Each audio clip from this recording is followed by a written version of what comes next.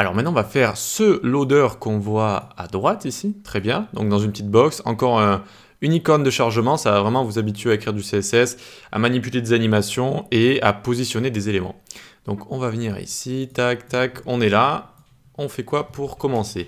Une div avec la classe AnimeBox, ce sera la boîte dans laquelle il y aura l'animation. Une div avec la classe AnimeIntérieur.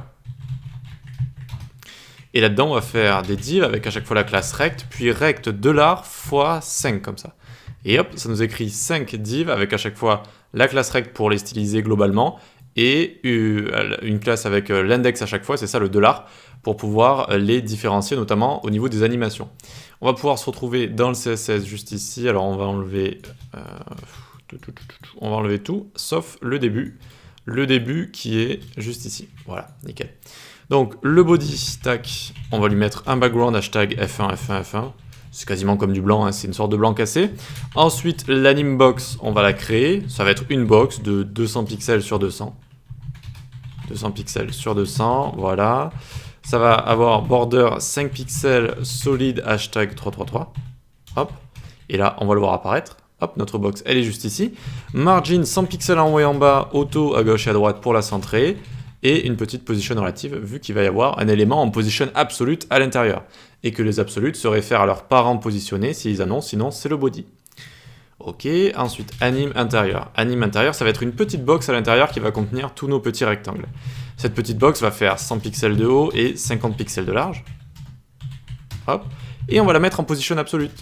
Absolute ici, qui va être relatif aux parents, d'accord? Et on va venir la centrer avec la technique. Voilà, je vous habitue à cette technique. Top 50%, left 50%, transform, translate. Moins 50%, moins 50%. Hop, hop, nickel. Tac, tac. On va lui mettre un background orange pour visualiser tout ça. Elle est là, elle est parfaitement centrée. Vous voyez que cette technique est quand même assez efficace, notamment quand vous avez des éléments dans des éléments et que vous voulez parfaitement les centrer. Et on va placer un petit text align center. Pourquoi?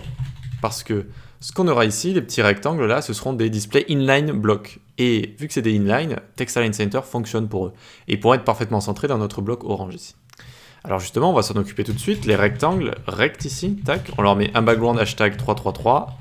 Hop, display inline block pour les mettre donc les uns à la suite des autres. Tout en acceptant une hauteur et une largeur. Donc on va pouvoir mettre une hauteur de 60 pixels et une largeur de 6 pixels. Enfin, on leur met un margin 0 en haut en bas et juste 1 à gauche et à droite pour les séparer un petit peu. Maintenant, donc, on a nos rectangles qui sont ici, très bien, et ils sont centrés avec Text Align Center. Regardez, si je l'enlève, tac, ça ne fonctionne plus, si je le remets, ça fonctionne. Super. On va pouvoir créer l'animation maintenant, l'animation des rectangles, animation. On donne un nom, allez, on va l'appeler étire, comme quelque chose qui s'étire et qui se rétrécit. Ça va durer 1,2 secondes à l'infini, easy in out. Ok, on commence à comprendre ces propriétés avec ces valeurs, hein, voilà, donc toutes les propriétés raccourcies dans animation, ça se fait à l'infini et easy in out, c'est la façon dont l'animation se fait. Très bien, super, on va maintenant pouvoir la créer, cette animation, @keyframes étire. Et dans notre animation, ici, on va la faire démarrer à 0%, transform scale Y, 0,4. Qu'est-ce que c'est scale Y? Scale, ça sert à faire grossir normalement sur X et sur Y, grossir un élément ou rapetisser sur un élément. Y, ça va juste faire sur l'axe Y, d'accord? Scale Y juste sur l'axe Y, donc ça va de haut en bas comme ça. Vous voyez que ça grandit et ça rapetissit. En fait, ça commence à 0,4 et ça retourne à un scale Y de 1 qui est normal ici, d'accord? Si on avait mis scale X, hop, ça aurait grossi comme ça, comme un store vénitien un petit peu, vous voyez, ça... c'est vraiment sur l'axe X ici que ça va prendre en largeur, comme ça va prendre en largeur. Donc c'est la différence X et Y. À 20%, on a envie, hop, d'avoir le transform scale ici à 1. À 40% ici, on a envie d'avoir le transform scale à 0,4 et ce jusqu'à 100%. Hop. Et donc en fait ça part à 0,4, d'accord, donc c'est plus petit ici, ça augmente directement à 20% à 1, comme on voit ici, tac, et ça rétrécit jusqu'à 100. Et ça à l'infini, d'accord, 100 qui est 0,4, qui est la valeur de départ, et donc ça continue comme ça à l'infini. Voilà, c'est bien, mais ça ne fonctionne pas encore totalement comme ceci. Comment on pourrait arriver à tout ça? Et c'est là que nos classes vont rentrer en jeu, là, toutes nos classes, rect 1, 2, 3, 4, 5, etc. Eh bien on va venir ici, faire .rect2, pas besoin de commencer à rect 1, vu que rect 1 elle va commencer de base avec l'animation, on va commencer à rajouter un delay à rect 2. d'accord, le second rectangle. Et on lui met moins 1,1 seconde ici. Et hop, on prend notre rect, tac, tac, tac. On va mettre un 3, 4 et 5. Et à chaque fois, on va baisser de 0,1 seconde, d'accord, 0,1 seconde. Tac. Et ici, à moins 0,8, comme ça. Et tada, normalement, ça fonctionne bien. On a exactement la même animation, j'enlève juste l'orange et je vous explique ce qui se passe. Tac. Notre animation ici, il faut bien comprendre qu'elle dure 1,2 secondes. Donc notre premier rect ici, rect 1, il va démarrer son animation.